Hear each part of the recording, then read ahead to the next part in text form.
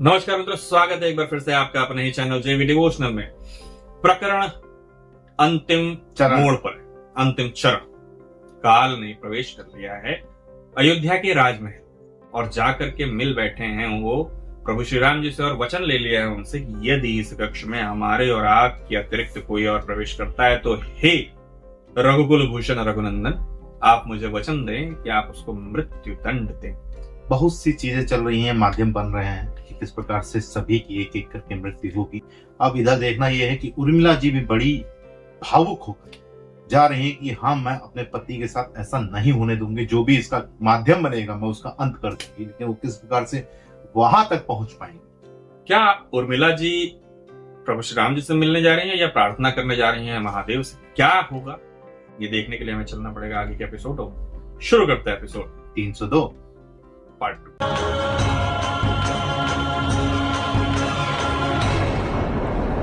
देवप्रभा,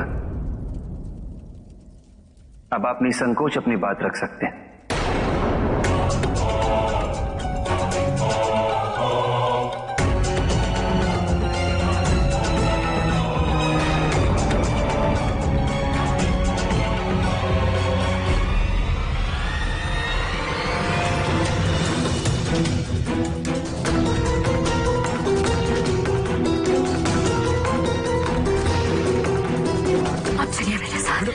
तुम रो क्यों रही हो?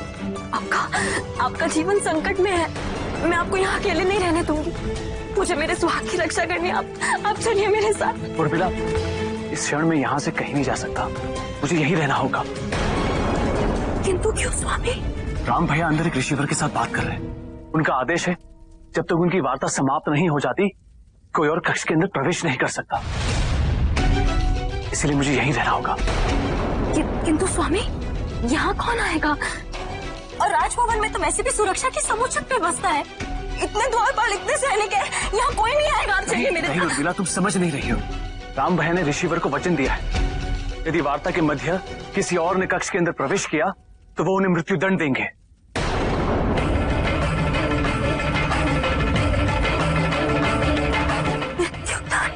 हाँ उर्मिला, फिर तो आपका यहाँ रहना बिल्कुल भी उचित नहीं है।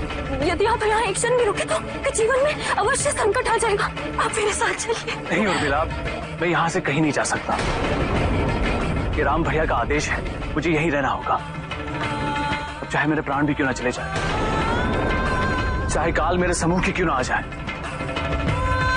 उनके आदेश का पालन करना है मुझे।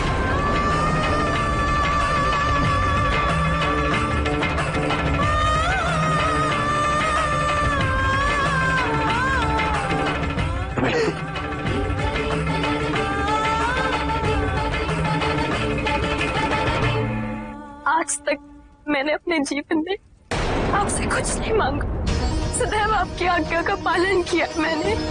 किंतु आज आप मेरा एक निवेदन स्वीकार नहीं कर सकते।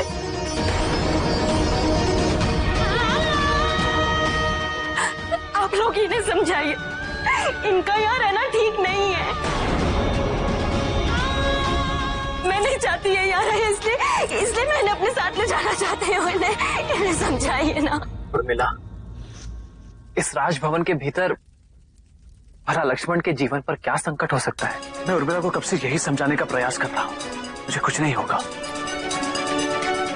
उर्मिला एक भयानक दुस्वप्न देखा है, जिसके कारण वो अत्यंत व्यतीत है।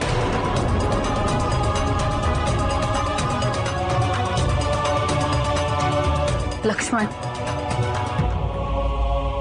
भले ही आपके प्राणों को कोई संकट नहीं, किंतु आपको उर्मिला की बात का सम्मान करना चाहिए। राम भैया की आज्ञा का उल्लंघन करना ये मेरे लिए अकल्पनीय है। उनकी आज्ञा पालन में ही मेरा जीवन व्यतीत हुआ है और आज भी वही होगा। अब मुझे क्षमा कर दीजिए।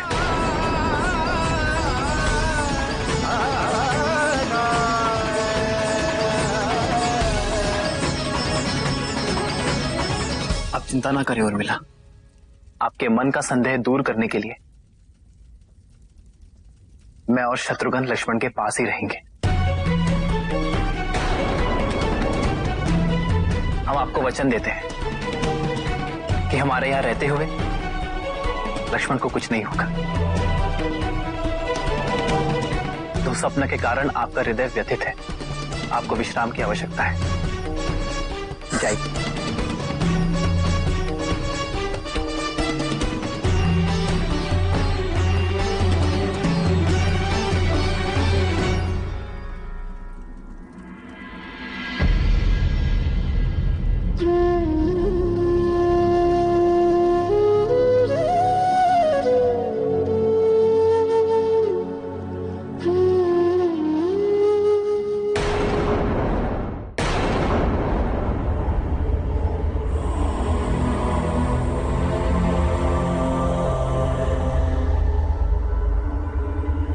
इस माया का क्या रहस्य है जो मुझे समझ में नहीं आ रहा? क्या यह अंगूठी मुझे कोई संकेत देना चाहती है?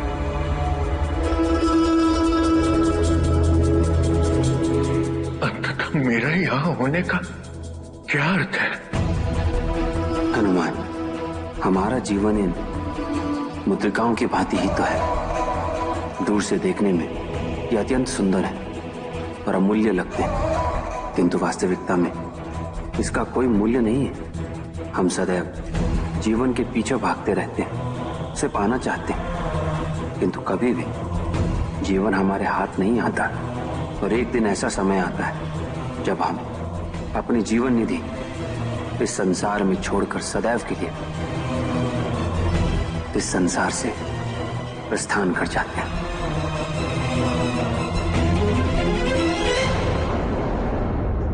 इतनी बड़ी बात प्रभु श्री राम मुझसे कहना चाहते थे,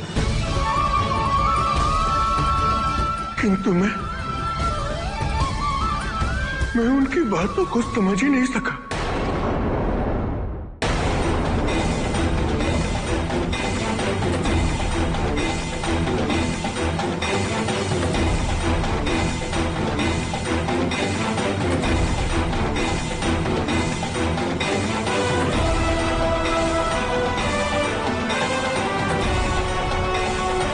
प्रभु,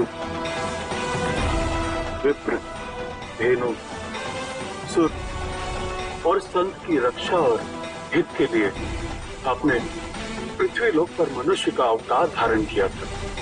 अब उस नर लीला का उद्देश्य पूर्ण हो चुका है। समस्त सृष्टि में अत्याचारी असुरों का अंत हो चुका है। धरती पर पूर्ण रूप से धर्म की पुनर्स्थापना हो चुकी है। चारों ओर सुख और शांति का वातावरण है। इसलिए समस्त देवताओं की इच्छा है कि आप अपने मनुष्य शरीर का परित्याग कर अपने वास्तविक धाम की ओर प्रस्थान करें। काल, यदि नियति के विधान के अनुसार पृथ्वी लोक पर मेरा समय समाप्त हो चुका है, तो आप अपना कार्य पूर्ण करें। नहीं प्रभु, आपकी अनुमति के बिना काल भी आपके आगे विवश है। आपको मेरी अनुमति है, नियति के विधान को पूर्ण करें।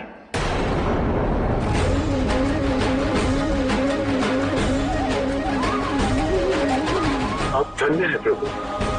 धरती पर जन्म लेने वाले प्रत्येक जीव की आसक्ति संसार से स्वाभाविक रूप से हो जाती है। इस धरती के प्रति उसके मन में मोह उत्पन्न हो जाता है प्रभु। किंतु आप तो सरोवर के उस कमल के समान है जो सरोवर में रहकर भी सरोवर के जल से निरपेक्ष रहता है। अपने कमल पत्रों पर सरोवर के जल की एक बूंद भी नहीं ठहरने देता है।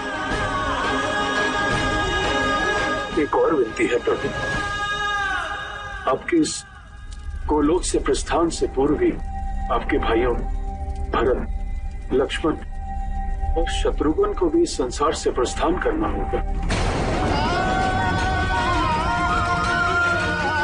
उन्हें आपसे पूर्व ही इस संसार का परित्याग करना होगा।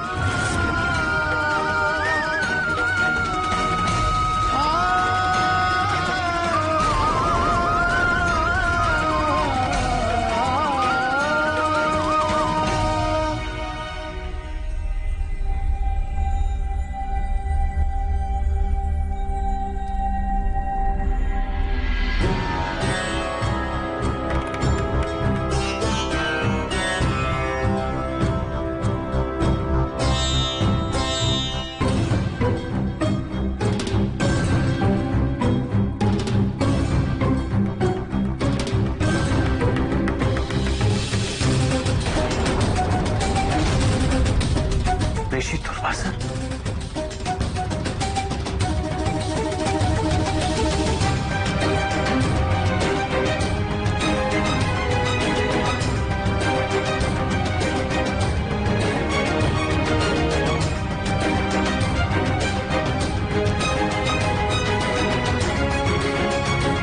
प्रणाम ऋषिवर।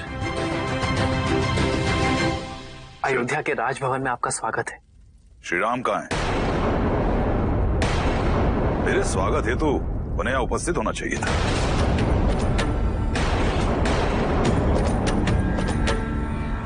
क्षमा कर दीजिए ऋषिवर, किंतु राम भैया अपने कक्ष में किसी अन्य ऋषिगण से वार्ता कर रहे हैं। उनके कक्ष से बाहर आते ही मैं राम भैया को आपके आगमन की सूचना दूंगा। तब तक आप हमारे राजभवन में विश्राम करें ऋषिवर। मैं यहाँ विश्राम या प्रतीक्षा करने नहीं आया हूँ। मुझे श्री राम से तत्काल ही मिलना होगा। यदि वो नहीं आ सकते तो मैं उनके कक्ष में जाकर ही मिल लेता हूँ।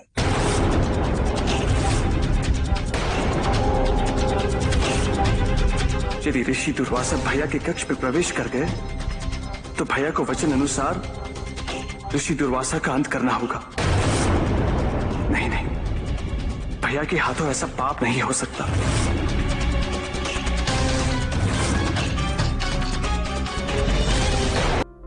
ये जो नियति का चक्र है ये देखने में बहुत ही सुंदर लगता है, लेकिन जिस वक्त ये घट रहा होता है, जिस पल ये घट रहा होता है, आपको भनक तक नहीं लगती। यूं कह लें कि जब हो जाते हैं सारे कार्य, तो कार्य के पूर्ण होने के उपरांत जब आप दिशा चक्र देखते हैं, कहते हैं ये तो होना ही था, ये तो लिखा ही था, इसीलिए नियति ने ऐसा। क्योंकि यहाँ पे हमने ऐसा किया तब भी नहीं हो पाया, वहां ऐसा किया तब भी नहीं रुका। अब देखिए, स्वयं ईश्वर ने मानव रूप में धरती पर जन्म लिया। काल ने कितनी अच्छी बात कही कि हे भगवान आप धन्य हैं, क्योंकि इस मोह माया में जो पड़ता है वो ये मोह माया त्याग नहीं पाता आसानी से। और आप एक ही पल में कह रहे हैं कि हाँ चलो कोई नहीं, मेरी परमिशन है, मेरी अनुमति है। लेकिन हाँ, उन्होंने कहा कि जो इसके बाद उन्होंने कहा कि आपसे पहले, आपसे पूर्व आपके भाइयों का जाना अनिवार्य लिखित। तो इसको किस प्रकार से अभी देखा हम लोगों ने कि ऋषि दुर्वासा वहां पे पधार चुके हैं। अब वो एक मार्ग बन रहा है, किस प्रकार से लोग जाएंगे, क्या मार्ग बनेगा, किस प्रकार से मार्ग प्रशस्त होगा, घटनाक्रम देखने में मजा है, रुचि है। फिलहाल इस एपिसोड को मित्रों करना होगा यही समाप्त। श्री मिलेंगे नए के साथ, तब तक के लिए राधे।